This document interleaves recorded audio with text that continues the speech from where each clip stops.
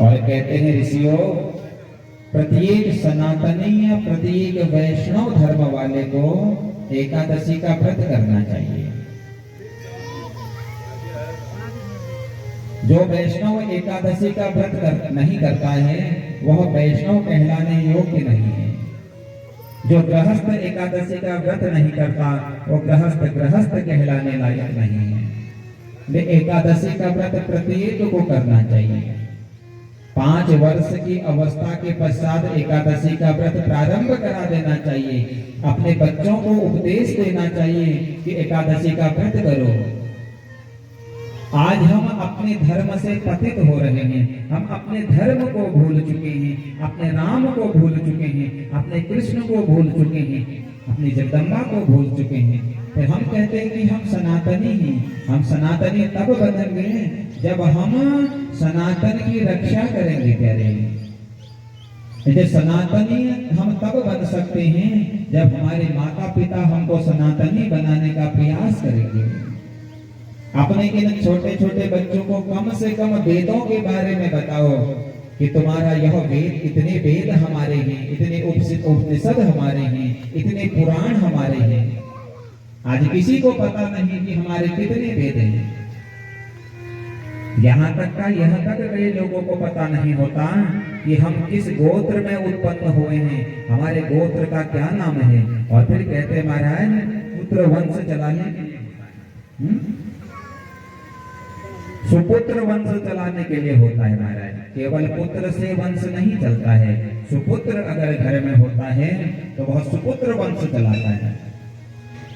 हमारी माताओं से निवेदन है कि कम से कम इन छोटे बच्चों को राम के बारे में बताओ, कृष्ण के बारे में बताओ, दुर्गा के बारे में बताओ। जब तुम इनको बताओगे तब इनके समझ में कुछ आएगा।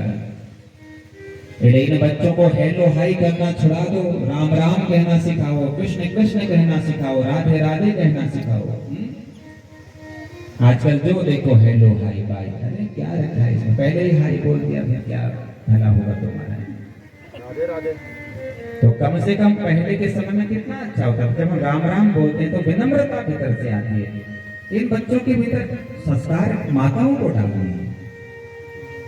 अगर घर की माता सुयोग्य हो जाएगी तो उस घर का बच्चा राम बन सकता है। घर की माता संस्कारवान होगी तो उस घर का बच्चा कृष्ण बन सकता है, ध्रुव बन सकता है, प्रहलाद बन सकता है। अगर माता चाहे अपने गर्भ के बच्चे को ध्रुव बना सकती है, प्रहलाद बना सकती है, क्योंकि प्रथम शिक्षिका माँ होती है। माँ जैसा आचरण करती है बच्चा वैसा बनता है। माताओं से निवेदन है कि कम से कम अपने इन बच्चों को राम के बारे में बताओ, कृष्ण के बारे में बताओ, दुर्गा के बारे में बताओ। जब तक हम इन बच्चों को बताएंगे नहीं तब तक इन बच्चों को आएगा नहीं, क्योंकि इन्हें कुछ पता नहीं। और आरंभ में ही अगर हम इन बच्चों का मार्ग प्रशस्त कर देंगे, आरंभ में ही अगर हम इन बच्चों की दिशा बदल देंगे तो आने वाले समय में कोई दशा तुम्हारे बच्चों को नहीं लग सकती है। दशा भी उसी के बच्चे की बिगड़ती है जिसके बच्चे की दिशा खराब होती है। अगर दिशा सुधार दोगे तो कोई दशा बच्चे पर नहीं लग सकती है। प्यारे, दशा भी उसी की खराब है जिसकी दिशा खराब है। बच्चों की दिशा सुधारो। एकादशी के व्रत के बारे में बताओ। एकादशी का व्रत बड़ा श्रेष्ठ व्रत है। प्रत्येक सनातन धर्म वाले ने एकादशी का व्रत करना चाहिए। 5 वर्ष से आरंभ कर दो और जब तक अवस्था है तब तक एकादशी का व्रत करो। बड़ी श्रेष्ठ है एकादशी का व्रत। एक वर्ष में 24 एकादशी आती है और जब किसी वर्ष में अधिक मास पड़ जाता है तो उस वर्ष 26 एकादशी हो जाती है। एक महीने में 2 एकादशी आती है, एक कृष्ण पक्ष की एकादशी, एक शुक्ल पक्ष की एकादशी। और दोनों ही एकादशी हमें करनी चाहिए। और एकादशी व्रत का नियम है, जिस दिन उदय व्यापनी तिथि में एकादशी हो वही एकादशी का व्रत हमें करना चाहिए। दशमी युक्त एकादशी नहीं करनी चाहिए। अगर सूर्योदय के समय में जिस दिन एकादशी हो और अगर वह सूर्योदय के समय में एकादशी हो और 1 घंटा भी अगर वह एकादशी हो तो वह एकादशी का मान पूरे दिन माना जाता है। यानी उदय व्यापनी तिथि में जो एकादशी होती है वही एकादशी व्रत के योग्य है। 10वीं युक्त एकादशी का व्रत नहीं करना चाहिए। अब कई लोगों के मन में प्रश्न आता है, महाराज एकादशी का व्रत प्रारंभ कब से करें? तो एकादशी का निर्जला एकादशी से प्रारंभ करना चाहिए। अभी ज्येष्ठ मास की शुक्ल पक्ष की जो एकादशी आएगी उसको निर्जला एकादशी बोला जाता है, या फिर देवोत्थान एकादशी से व्रत प्रारंभ करना चाहिए। केवल 2 एकादशियों से एकादशी का व्रत प्रारंभ किया जाता है, या निर्जला एकादशी से या देवोत्थान एकादशी से। कुछ मत खाओ पूरे दिन, और दूसरे दिन जब सूर्य उदय हो रहा हो, सूर्य उदय के पश्चात पहले किसी ब्राह्मण को भोजन कराओ, और ब्राह्मण को भोजन कराने के पश्चात फिर स्वयं भोजन करो। एकादशी फलाहार ही होनी चाहिए, फलाहार ही एकादशी का व्रत होना चाहिए। एकादशी के दिन अन्न ग्रहण नहीं करना चाहिए, फलाहार करो उस दिन। पहले तो शास्त्र कहते हैं कि कुछ मत खाओ, भूखे रहो 1 दिन, लेकिन जब भूखे नहीं रह सकते हो तो 1 दिन कम से कम गौ माता का दूध पी करके रहो, फल खा करके रहो, और तब भी नहीं रह सकते हो तो फिर एक समय भोजन कर दो। पहले तो नियम है कि कम से कम 1 दिन भूखे रहना चाहिए।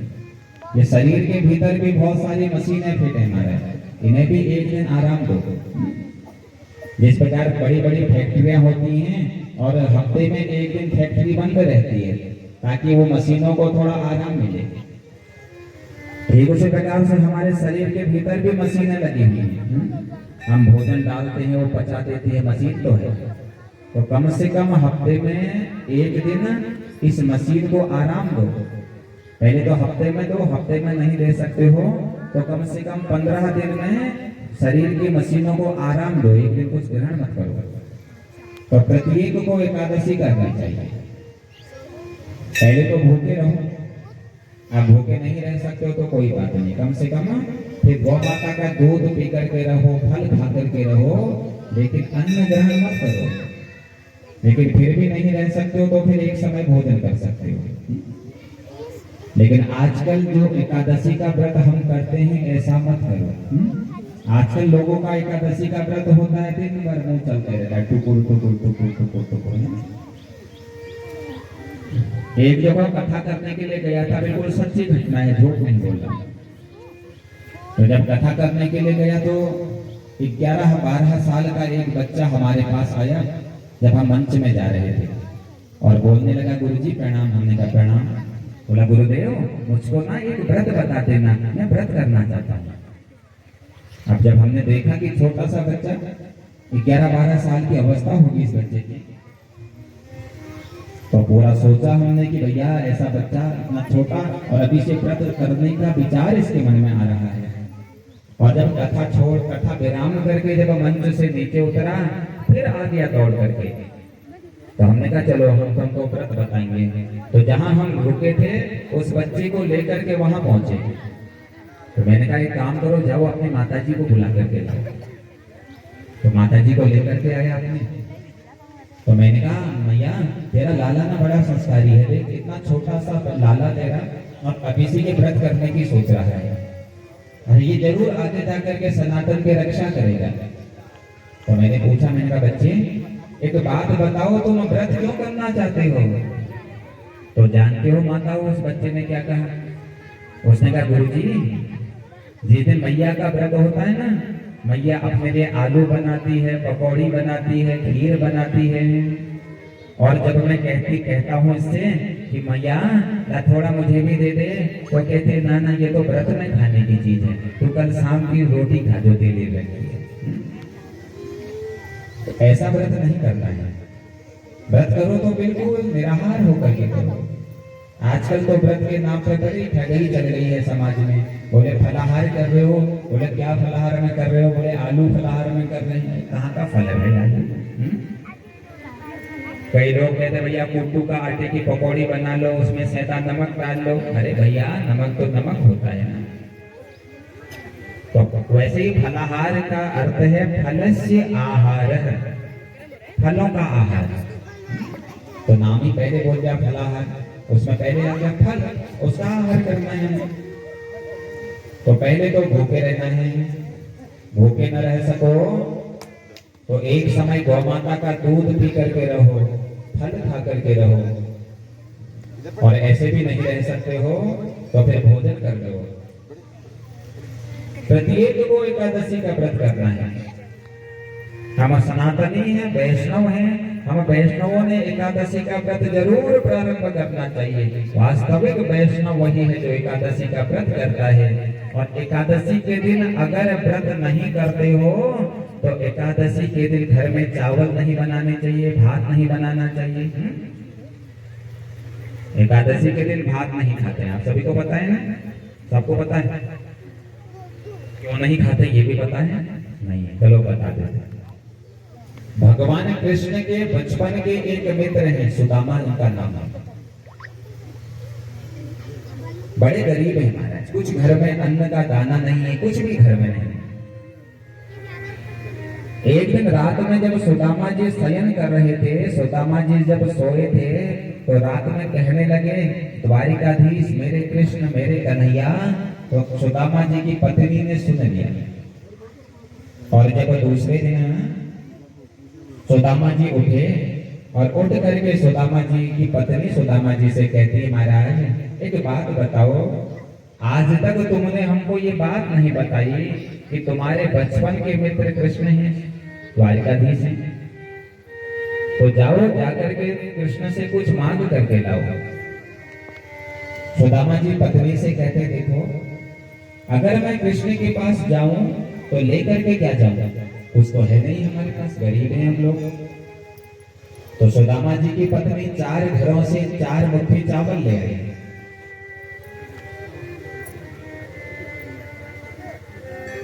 चार मुट्ठी चावल ले आई।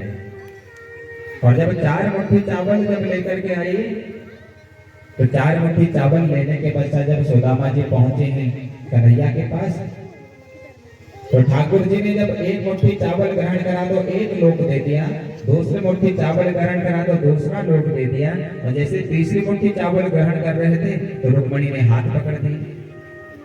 अरे भगवान ऐसा लगता है कि सुदामा जी को सब कुछ देने से तुम भी सुदामा जी बन जाओगे। अरे सब कुछ तो दे दिया, 1 लोक दे दिया, दूसरा लोक दे दिया, और तीसरा लोक अगर दे दोगे तो कहाँ रहोगे तुम? तो उसी समय भगवान ने वह चावल उत्तर दिशा की तरफ फेंक दिए। और उत्तर दिशा में बद्रीनाथ विराजमान है। आज भी बद्रीनाथ में चावल का ही भोग लगता है। तो उसके बाद भगवान ने इन चावलों को श्राप दे दिया कि आज के पश्चात ये चावल मेरे किसी भी विग्रह के ऊपर नहीं चढ़ेंगे, किसी भी विग्रह के ऊपर नहीं चढ़ेंगे। ये घर में अगर ठाकुर जी की सेवा करते हो, शालिग्राम जी की सेवा करते हो, तो ठाकुर जी को भी शालिग्राम जी को भी स्नान के पश्चात जब तिलक लगाते हो तो तिलक के साथ इनको चावल नहीं लगाने चाहिए, इनको जौ लगाइए या सफेद तिल लगाइए। जो लोग ठाकुर जी की सेवा करते हैं, घर में ठाकुर सेवा करते हैं, लट्टू गोपाल जो लोग अपने घर में रखते हैं, शालिग्राम जी जो लोग अपने घर में रखते हैं, जब सुबह आप ठाकुर जी का पूजन करो, शालिग्राम जी का पूजन करो, पूजन के पश्चात जब उनको तिलक लगाते हो तो तिलक लगाते समय ना तो ठाकुर जी को ना शालिग्राम जी को चावल नहीं लगाने चाहिए। या तो अक्षत लगाइए या तो जौ लगाइए या सफेद तिल लगाइए, दूर हो जाते हैं। इसलिए घर में एकादशी के दिन चावल प्रत्येक वैष्णव को ग्रहण नहीं करने चाहिए। हम वैष्णव हैं और भगवान नारायण के परम भक्त हैं, नारायण की परम कृपा हम पर है। इसे एकादशी भगवान नारायण का दिन है।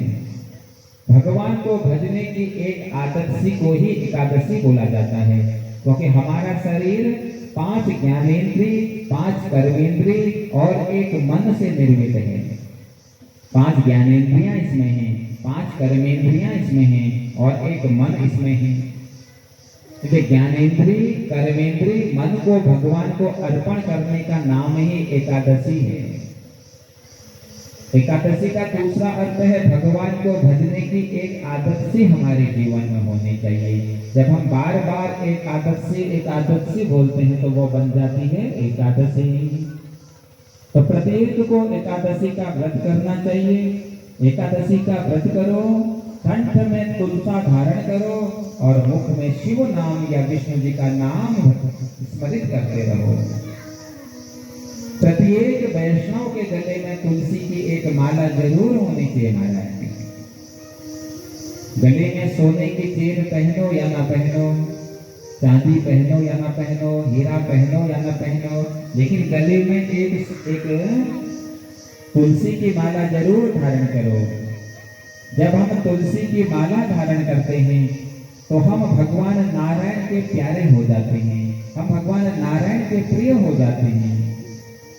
ठीक उसी प्रकार से सज्जनों, मान लो नगर पालिका की एक गाड़ी हमारे नगर में भ्रमण करने आई हो और पकड़े सारे नगर में जितने श्वान हैं उन श्वानों को पकड़ करके ले जा रही हो और उसी नगर में एक पट्टाधारी श्वान घूम रहा हो।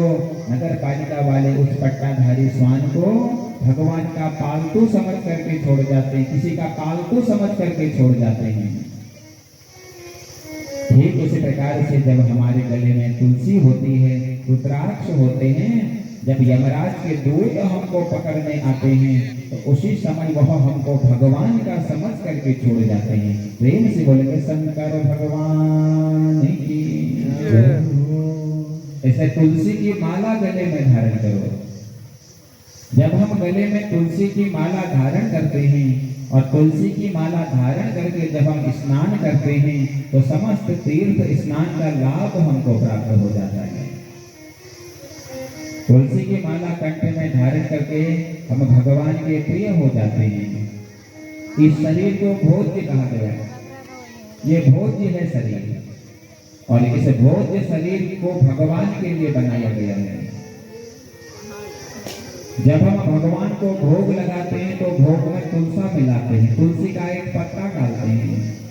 चाहे भोजन कितना ही मधुर क्यों ना हो, चाहे भोजन कितना ही अच्छा क्यों ना हो, 56 प्रकार का क्यों ना हो, लेकिन जब तक बंधुओं उस भोजन में तुलसी नहीं पड़ी होती है तो भगवान उस भोजन को ग्रहण नहीं करते। ठीक उसी प्रकार से तुमने इस शरीर को चाहे कितना ही सजाया हो, कितना ही संवारा हो, लेकिन जब तक तुम्हारे गले में तुलसी की माला नहीं होती तब तक भगवान तुम्हारे शरीर को धारण नहीं करते हैं। लेकिन तुलसी की माला जरूर तुम्हारे गले में होनी चाहिए। गले में तुलसी की माला पहनो और जब घर बनाते हो घर के सामने भी एक तुलसी का गमला जरूर रखो, आंगन में तुलसी की स्थापना जरूर करो। जिस घर में तुलसी का पौधा होता है, तुलसी का गमला होता है, तुलसी जिस घर में विराजमान होती है, भगवान कहते हैं कि मैं उस स्थान को छोड़ करके कहीं जाता ही नहीं हूँ, मैं उस स्थान में विराजमान हो जाता हूँ जहाँ मेरी तुलसी होती है, मैं वहीं जाकर के विराजित हो जाता हूँ। जिस घर के द्वार पर तुलसी होती है, जिस घर के आंगन में तुलसी होती है, उस तुलसी को स्पर्श करके जो हवा हमारे घर के भीतर आती है, उस हवा से हमारा घर निर्मल हो जाता है, पवित्र हो जाता है। बोलो भक्तवत्सल भगवान की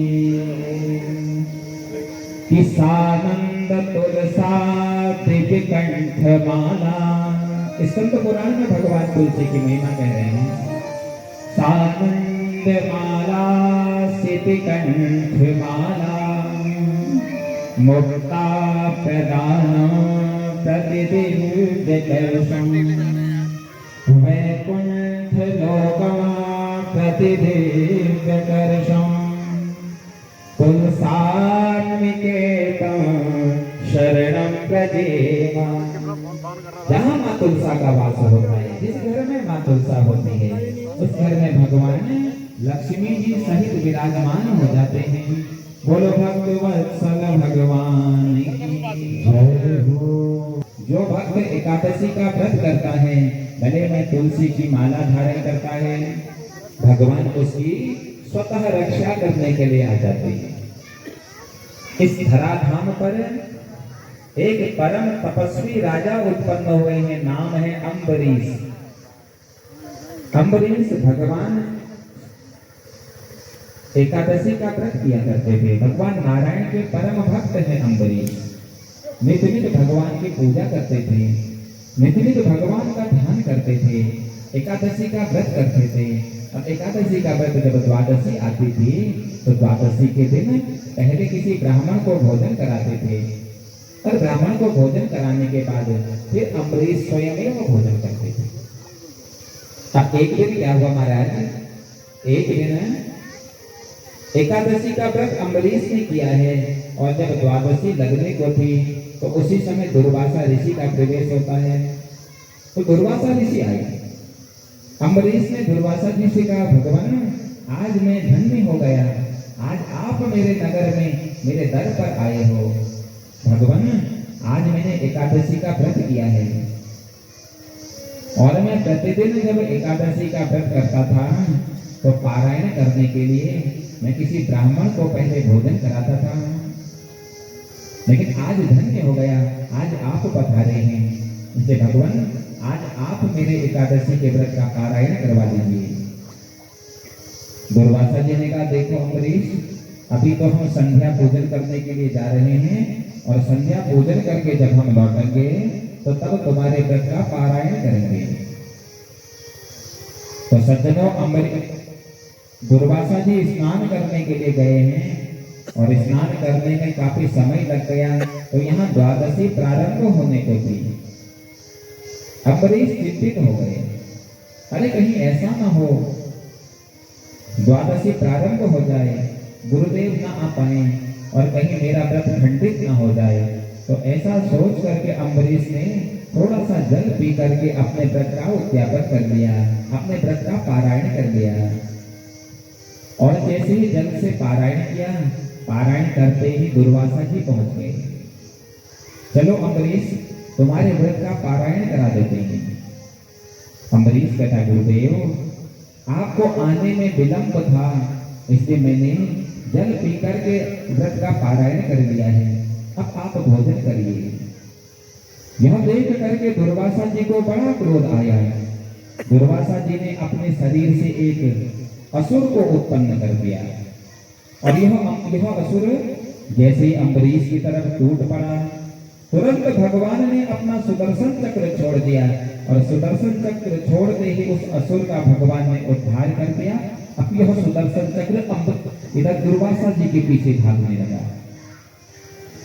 आगे आगे दुर्वासा जी भाग रहे हैं, पीछे पीछे सुदर्शन चक्र चल रहा है। दुर्वासा जी सीधे कहाँ पहुंचे हैं? भगवान ब्रह्मा जी के पास। भगवान ब्रह्मा जी को जब सारी बात बताई, भगवान ब्रह्मा जी ने कहा, देखो तुमको बचाना हमारे बस की बात नहीं है।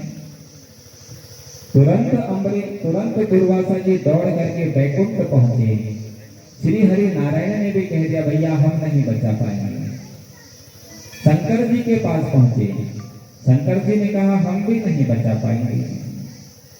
तो पूछने लगे दुर्वासा जी भगवान शंकर से, तो कौन बचाएगा? भगवान शंकर ने कहा, अगर तुमको कोई बचा सकता है तो वह सिर्फ भक्त है, जाओ और जाकर के अम्बरीश के शरणागत हो जाओ।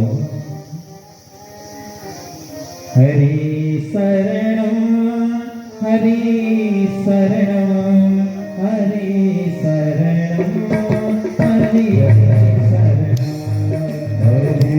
शरणम हरि शरणम हरि शरणम हरि शरणम हरि शरणम हरि शरणम हरि शरणम हरि शरणम हरि शरणम।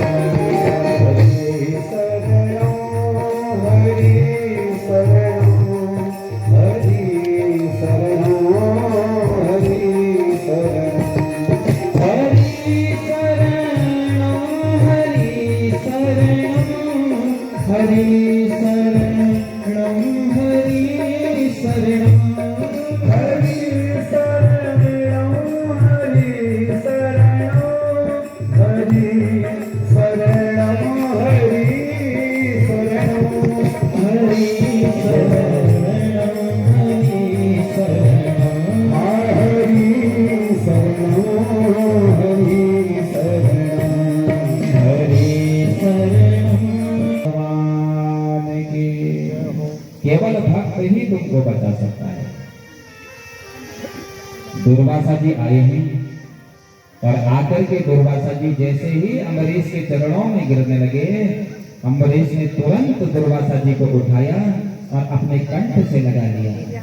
भगवान महाराज और ब्राह्मणों की जब कृपा होती है, संतों की जब कृपा होती है, तभी भगवान हमारा जीवन धन्य होता है।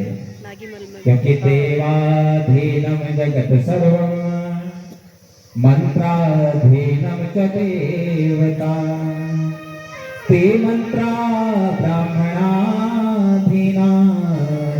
तस्मात् ब्राह्मण देवता। ये सारा संसार देवताओं के अधीन है।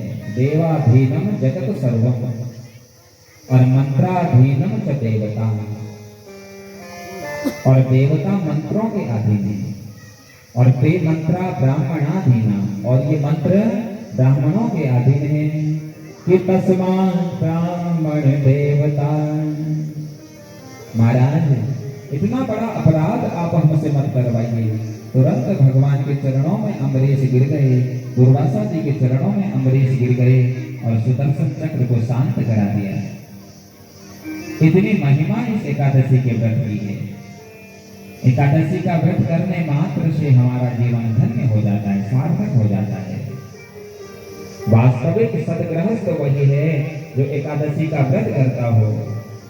प्रत्येक को एकादशी का व्रत करना चाहिए।